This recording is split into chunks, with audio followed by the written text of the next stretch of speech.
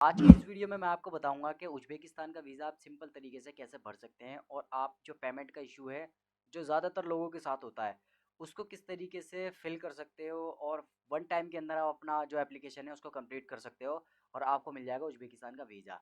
इससे पहले मैं आपको बता दूं, ये वीडियो मैं इसलिए बनाना चाहता हूं कि बहुत सारे लोग जो कि उज़्बेकिस्तान जाना चाहते हैं, और आपको पता ही होगा उज़्बेकिस्तान जाने के लिए ना पहले आपको वीज़ा की ज़रूरत पड़ती है।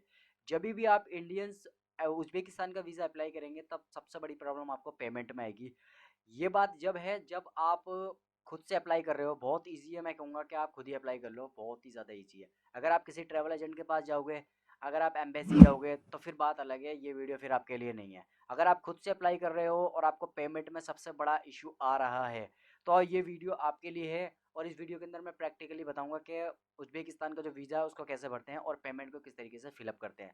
तो चलिए मैं चलता हूँ अपने कंप्यूटर स्क्रीन पे और मैं आपको बताता हूँ कि उज़्बेकिस्तान का वीज़ा कैसे भरते हैं। तो वीडियो करते हैं शुरू। देखो, मैं अभी अपने स्क्रीन पे आ चुका हूँ और अभी मैं आपको है ना अच्छी तरीके से समझाऊंगा कि उज़्बेकिस्तान का वीज़ा आप कैसे खुद से फिल कर सकते हैं और आपको कोई भी प्रॉब्लम नहीं आएगी। तो सबसे पहले आपके पास है ना एक ब्राउज़र होना चाहिए।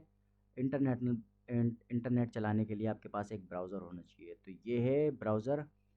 और अब ये देखो, ये मैंने एक वेबसाइट खोल रखी है। मैं शुरू कर देता हूँ, मतलब यहीं से कर देता हूँ। ये उज़्बेकिस्तान वीज़ा फॉर्म, ये मैंने कुछ ऐसा डाला और ये वाली जो वेबसाइट है देखो, मैंने सर्च किया, सबसे पहले नंबर पे आ गई है।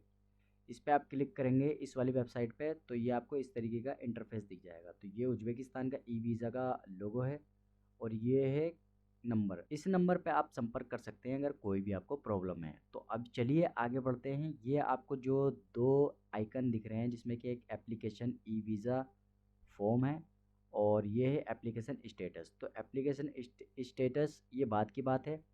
पहले हम चलते हैं एप्लीकेशन वीज़ा फॉर्म पे।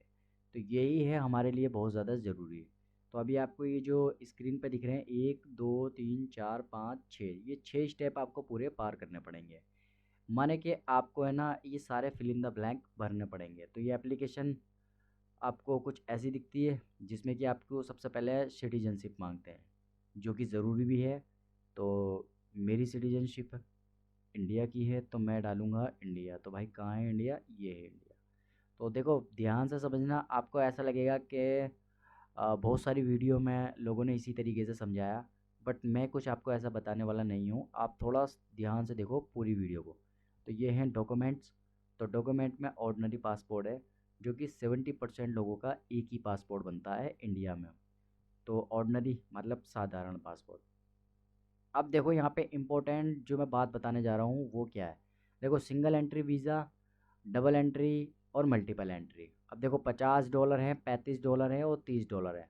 आप $20 के अंदर एक बार उज्बेकिस्तान में जा सकते हो और जब वापस वहाँ से आओगे तो इसका मतलब है कि आप दोबारा एंट्री नहीं ले सकते इसी वीज़ा पे। यानी जो आप वीज़ा एप्लीकेशन फॉर्म भर रहे हो ना, जब आपके पास वीज़ा आ जाएगा तो ये जो वीज़ा की तीन आपको फॉर्मेट दिख रहे हैं, double entry, single entry, multiple entry, ये आपको अभी सेलेक्ट करना पड़ेगा।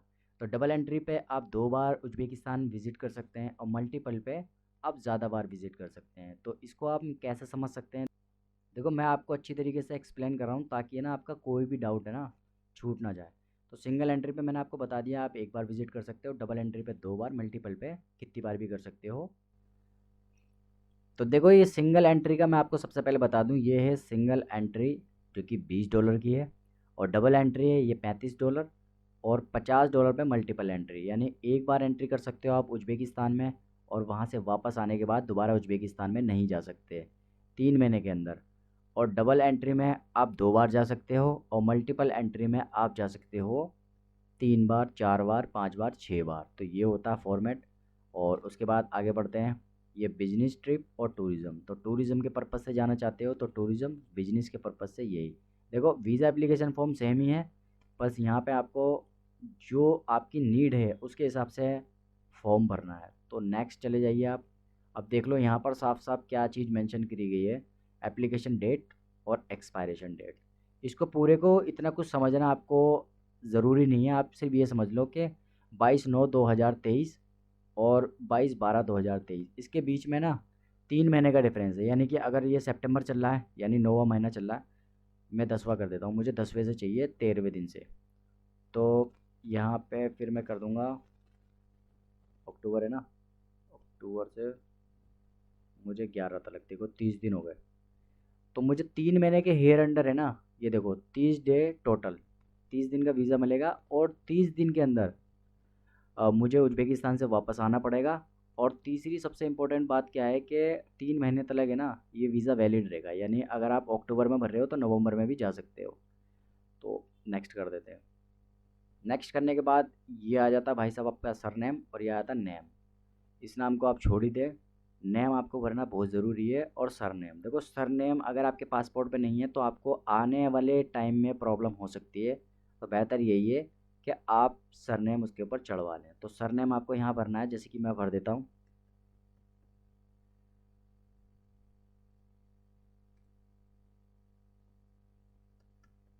ये मैंने यहाँ पे सरनेम भर दिया, और यहाँ मैंने भर दिया नेम। ये मैंने नेम भर दिया, और मेल पे कर दिया। अगर आप फीमेल हैं तो फीमेल पे कर सकते हैं। तो ये है वीज़ा एप्लीकेशन का फॉर्मेट, ध्यान से समझना। आपके पास सब कुछ होना चाहिए। ये सीरियल नंबर है। अब सीरियल नंबर क्या है कि यहाँ पर आपका ना जो पासपोर्ट है उसकी ज़रूरत पड़ती है। यहाँ आपका पासपोर्ट से ही सारा काम होने वाला है। तो पासपोर्ट का जो सीरियल नंबर है वो आपको इसके ऊपर डालना पड़ेगा। तो सीरियल नंबर डाल देता हूँ मैं।